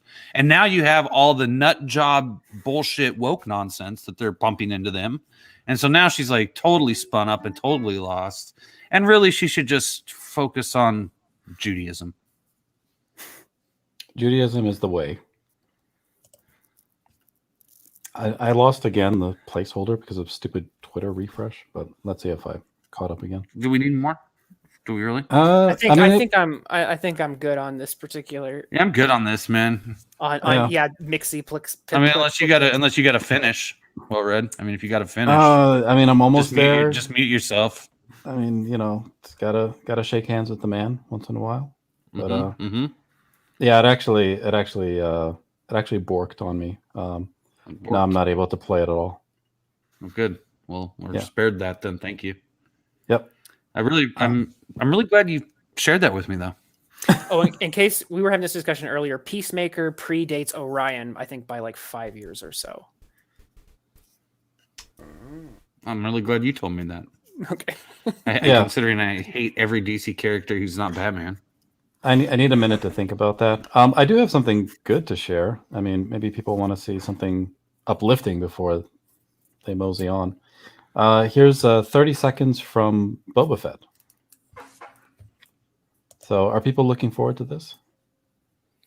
No. The new Boba Fett show on Disney? No, I don't look forward to anything that's Star I Wars. don't support Disney products. Me either. I don't like, number one, that, but number two, I don't like the fact that every clip I've seen, he's not wearing his helmet. I know he's not a true Mandalorian and he can take it off, but Boba Fett should be wearing his helmet. I mean, maybe they're saving it for the series. They don't want to give too much away in the trailers. We have 3 movies of him wearing a helmet, never taking it off once. I think we already know what that's like. You know what I mean? Like, it's not a surprise. Well, let's see if they do a redemption here in this 30 seconds. Jabba had many vassals. got a lot of ground to cover if we are to keep his empire intact. I can make the rounds without you. Jabba rarely left his chambers. Jabba ruled with fear. I intend to rule with respect. If I may, Speak freely. in difficult times, fear is a sure bet. Yawn. Yawn, yeah. I'm inclined to agree. Who is the old guy though in the Boba Fett costume? He is the actor who was the clone for the original clones from the Clone Wars. He played Django. Django Fett, yeah. Oh, really? That's interesting. I just imagine when he was talking about Jabba, I was imagining Jabba the coach. And I was like, Jabba ruled with fear. Yeah, that gave me a chuckle. Okay, do you guys want to see something really cringe from an upcoming movie? Here you go. Boy. Yeah, this is definitely gonna. Where is Jabba the coach? I have not seen him in age. He's been holed away for about a month writing his one-page comic. Oh, okay. My understanding, it's only about an eighth done. Oh, okay. So he's managed to figure out grammatical sentence structure for maybe one panel. Well, he's looking for editing. I will help him edit. Yeah. I mean, this is a person who's basically writing everything with the back end of a fork. So don't expect miracles. Yeah, but this is a scene from the new Matrix movie, which is actually also getting major. Yeah, this is really, really, really awful, and you can already see. Tomorrow? I think it does. Like you can watch it on HBO Max, I think. Yeah, I'll probably watch it just because I have HBO Max. I got it too, so like no need to run out and give your hard-earned money in the theaters for this. Go watch Spider-Man again. That was pretty good, actually. Yeah, I gotta go see that stuff. That was really good. I enjoyed it quite a bit. I'll go see that Friday. Yeah, but definitely don't see this. No, I'm not going to. I wouldn't watch anything by weirdos. I do like Keanu Reeves, though. He's offering Keanu a suppository in this scene. Jeez. So let's see how Keanu. This is estrogen pills, so we can start transitioning. You bigot. Sorry. He's giving him chemicals. He's giving him chemicals. Yeah, settle down, Risey. We don't need any of the language here. So Keanu's reaction to being offered a suppository in a men's bathroom. No. Keanu's not having it. You wanted this. You did this. This was your idea. No butt play, sir. It was a test. An experiment. Only water sports. It's an experiment. It was during an experimental phase in college, man. I didn't mean it. Banged my head till I nearly lost my searching for you. As an experiment. That's supposed to be Morpheus. They recast him. Yeah. That's the new Morpheus. It's probably because Lawrence Fishburne is He freaking looks so old much now. like Delroy Lindo. It's weird. It's like he could be Delroy Lindo's son. I want to see him with the glasses off. KSS says, I'd literally rather see a Point Break 2 than a fourth Matrix movie. I would watch Point Break too. Point Break was awesome. Yeah, absolutely. Yeah, apparently that's the thing in this movie is that they replaced a lot of existing characters. Like Agent Smith is also played by a totally different actor that does a really bad job at it. Push play. So. The exit's breaking down. He hasn't taken the pill. What? There's no time. I know. He hasn't taken the vaccine yet, Does or he the know how hard booster. it was to hack that mirror? He's not fully vaccinated. He's behind 3 shots. This can't be real. That Not looks so good. Oh my gosh. Definitely not the Neo we remember. You just sound like you. I was gonna say you just sound like you need to change your pants. It's gonna be like the super best movie, and it's so good because it's an allegory for trans rights, and I think that's beautiful. JT says, I auditioned for Morpheus, but they didn't want more racists like Risey. Yeah. So that's the crap trailers I have. Thanks you for guys sharing don't- that. Yeah. I mean, if you guys want to, you guys don't have to stick around for these parts. This is me just kind of hanging out. I have an awesome trailer. This is what you do when you hang out by yourself. You watch this the worst content ever. It's got commentary, dude. Some people are masochists. Don't kink shame. I'll stick around for the last trailer. I've got like articles I bring up too. I mean, I do stuff and things and work. I like stuff and things and work. Yeah, like I try my best to entertain where I can.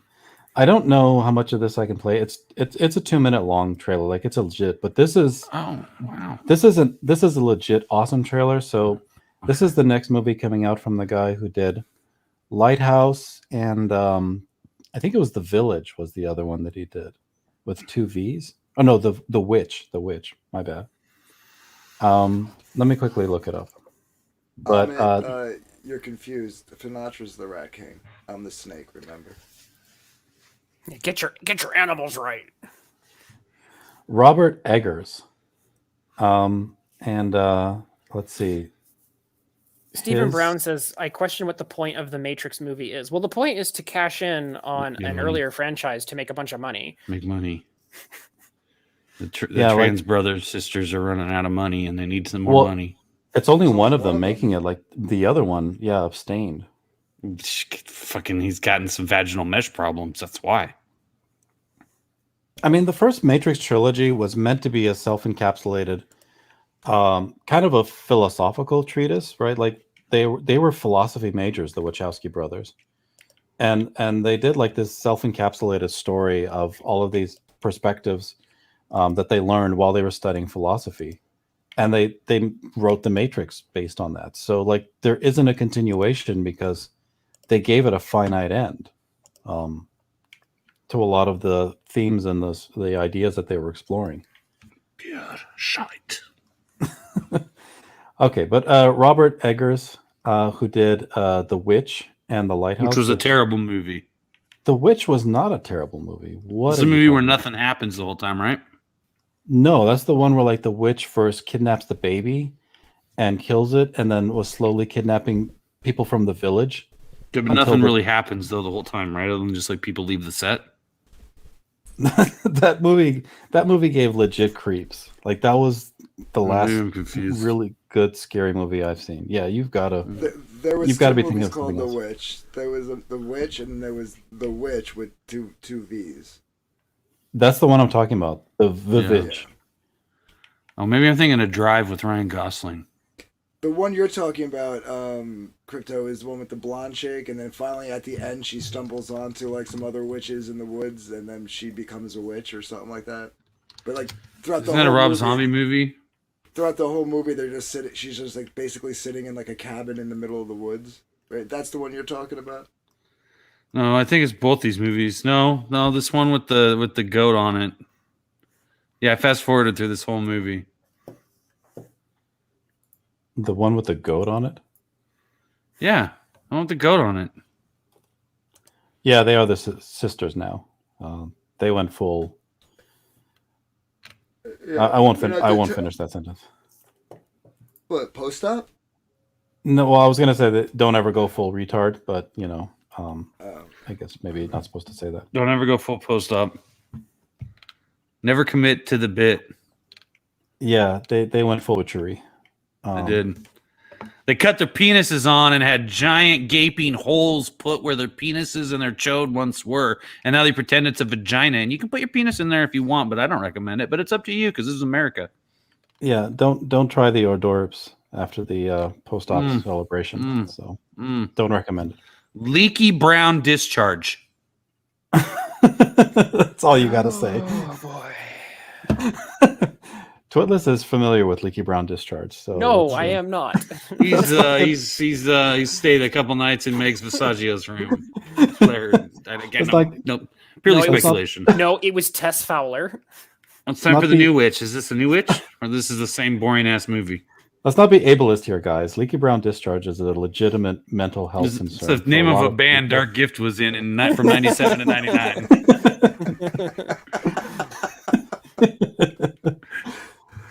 They opened for Fear Factory, like it's fucking six tours. Is this the movie you're thinking of, Crypto?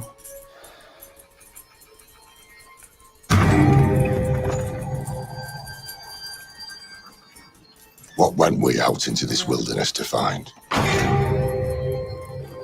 Leaving our country, kindred, our fathers' houses.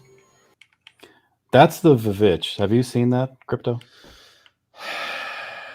Let me see I the don't know. main I think I fast actress in forwarded through this. This is legit amazing. Like if you ever pick it up again, definitely. Is see the it. main character like a young blonde chick in this? Yeah. Here, I'll show you a quick, because I don't want to spend time on this trailer. I was just trying to do a reminder for Crypto. Yeah, her. Okay, I've seen this. Yeah. So that's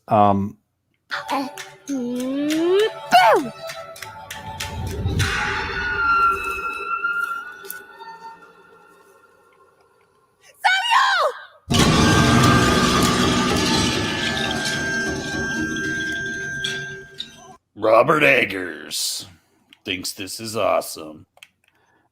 so does Well Read. I highly endorse the Vivitch. Recommend it. Okay, but so Robert Eggers, he did Lighthouse. Now he's got a new movie. It's called The Northman. So let's quickly check that out. And it looks pretty amazing. Am I saying that right? Northman. Yep.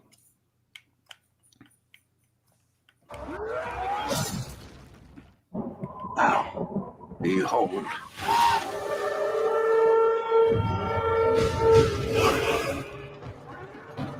He's here. He's here. Mother! Mother is here! The king, my lady. Dovahkiin. Oh, she actually look young. Yeah, well, it's got William Dafoe. They work a lot together. So they did Lighthouse. And now they're following up with this. So that's a pretty good team up, if you ask me. And you cannot escape it. How I've missed you, my son. One day this kingdom will be yours. Thank you, Father. My king. Father!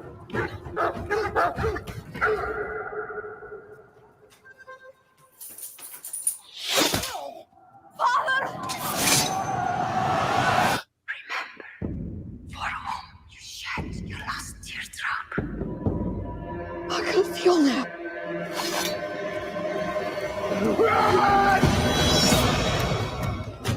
I will avenge you, Father! I will save you, Mother! I will kill you, Fiona! I will avenge you, Father. I will save you, Mother. I will kill you, Fiona.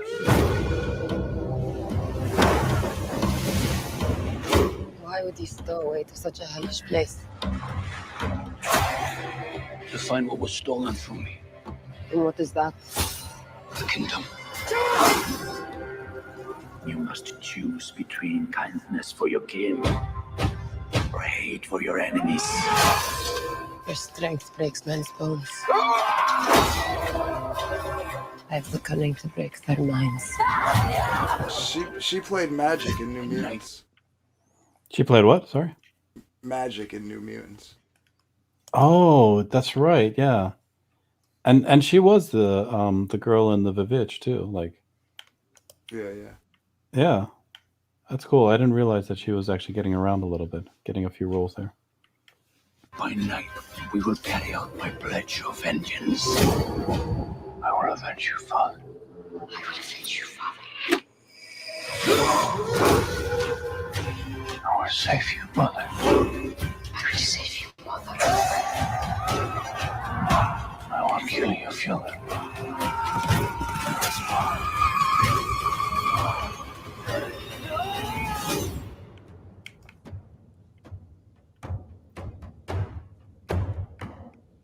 Bjork.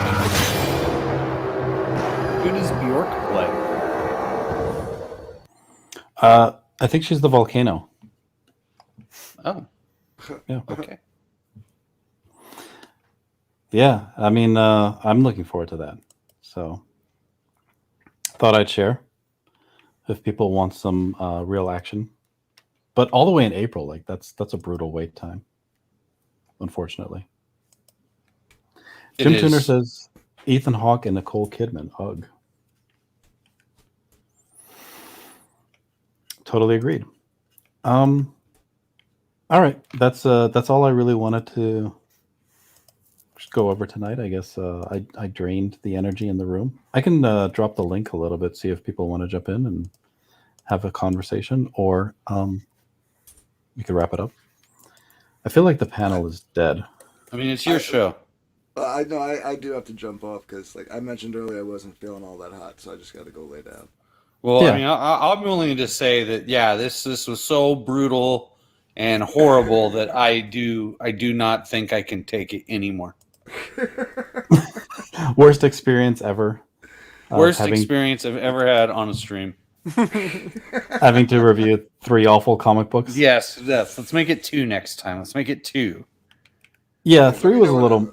It wasn't the reviewing part. It was the having to read them that was the part that was. Let me know what I'm signing up for next time when you. They were rough reads. All right, we'll do 2 next time. If 3 is too much, yeah. And nothing that like you might want to try to find stuff that's not so interconnected with these other crossovers that make no sense. It'd be nice to just have something that at least stands on its own. You know what I mean? Well, I mean, like I said, I looked at the number ones. I don't want your excuses, Well-Read. Damn it, Well-Read. Read every comic book in existence and pick a better one. Yeah. Soviet super soldiers.